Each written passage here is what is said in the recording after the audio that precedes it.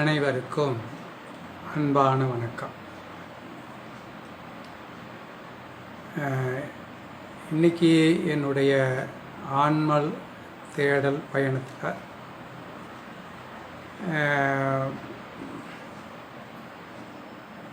உணர்ந்த மற்ற ஒரு விஷயத்தை நான் உங்களோடு பகிர்ந்துக்கிற விரும்புகிறேன்.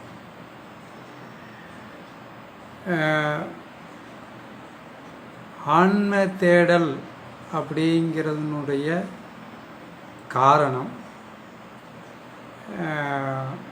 பிறப்பிலிருந்து விடுதலை அப்படின்னு பெரியவங்களும் சொல்லியிருக்காங்க. மனசுக்கு பல தேடல்களில் அதுதான் உண்மை அப்படின்னு ரொம்ப தெளிவாகப்படுது. அப்போ பிறப்பிலிருந்து விடுதலை அப்படின்னா அது நம்மளுடைய கரும வினைகளோடு சம்பந்தப்பட்ட ஒரு விஷயம். அதாவது கரும வினைகள் ரெண்டுன்னு நம்ம ஏற்கனவே பேசிட்டோம். எல்லாருக்கும் இந்த வீடியோ பார்க்குறவங்களுக்கு அதெல்லாம் புரிஞ்சு தான் பார்ப்பீங்கன்னு நம்புகிறேன். நல்வினை தீவினை இருக்குது. இந்த நல்வினைக்கும் பிறப்பு இருக்குது, தீவினைக்கும் பிறப்பு இருக்குது. அது ஒரு சில நேரங்களில் சில கேள்விகள் வரும். நல்வினைக்கு பிறப்பா? அது எப்படி? நல்வினை நம்மளை மோட்சத்துக்கு வழிவகுக்காதா? அதாவது பிறப்பின்மைக்கு வழிவகுக்காதா அப்படின்னு ஒரு கேள்வி வரும். அதாவது அந்த நல்வினையை நான் செய்கிறேன் அப்படின்னு நினச்சா, அப்போ நீங்கள் நல்லது செஞ்சுருக்கீங்க, அப்போ நீங்கள் நல்லதை அனுபவிக்கணும். ரெண்டுமே அதுதான். அந்த நான் செய்கிறேன் அப்படிங்கிற ஒரு அடிப்படையில் தான் அதோட அந்த பிறப்பு சேர்ந்துருது. தீவினை செஞ்சாலும் நான் செய்கிறேன், அப்புறம் அதற்கான விளைவுகளை அனுபவிக்கணும். நல்லது செய்கிறேன், அதற்கான விளைவுகளும் அனுபவிக்கணும்.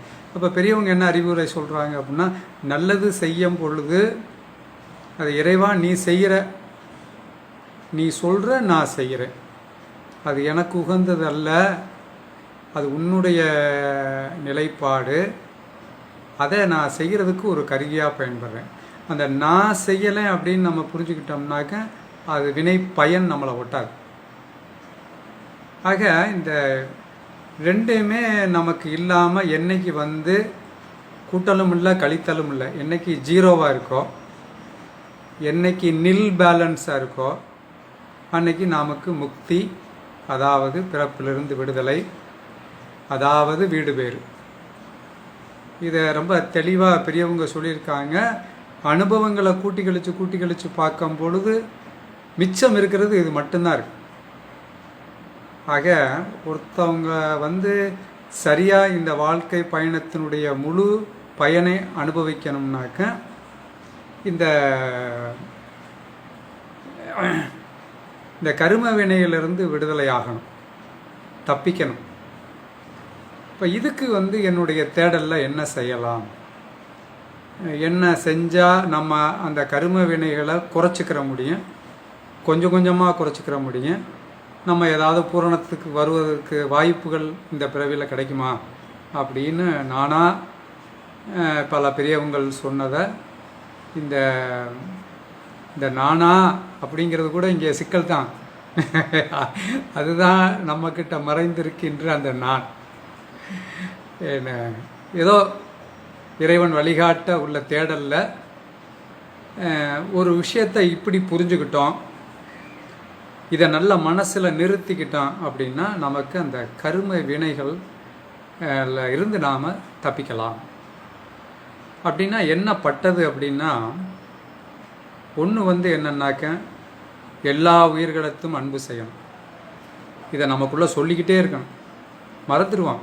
ஒரு ஒரு ஒரு ஒரு செகண்டு நாம் அதை மனசில் நிறுத்திட்டனால உடனே அது நமக்காக, நம்ம சுயநலத்துக்காக எதை வேணாலும் செய்யலாங்கிற ஒரு எண்ணத்தோடு நாம் செயல்புரிய ஆரம்பிச்சிருவோம். வினை பயன் சேர்ந்துடும்.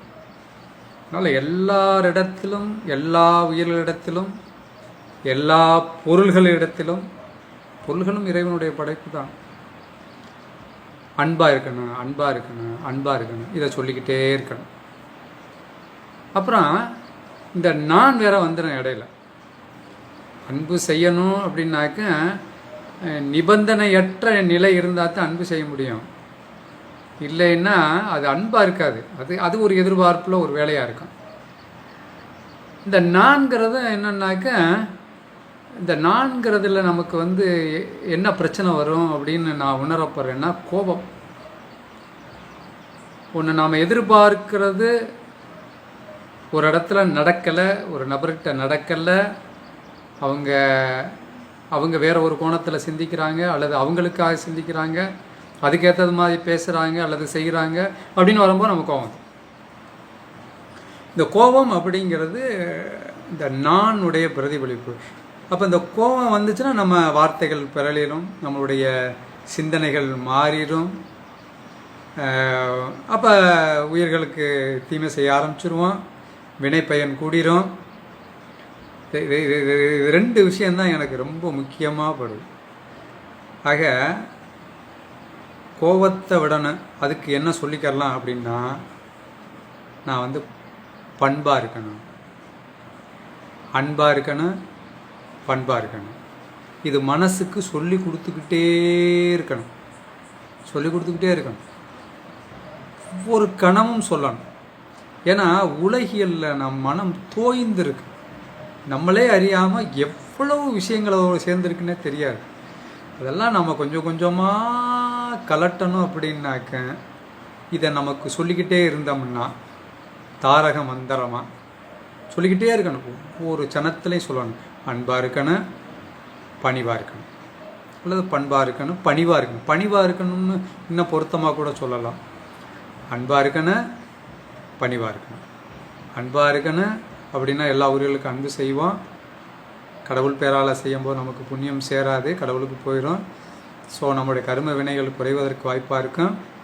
அதுக்கு அடுத்தாப்பில் பணிவாக இருக்கணுங்கிறதுல ரொம்ப முக்கியமாக இருக்கணும்னா கோபம் இல்லாமல் இருக்கணும்.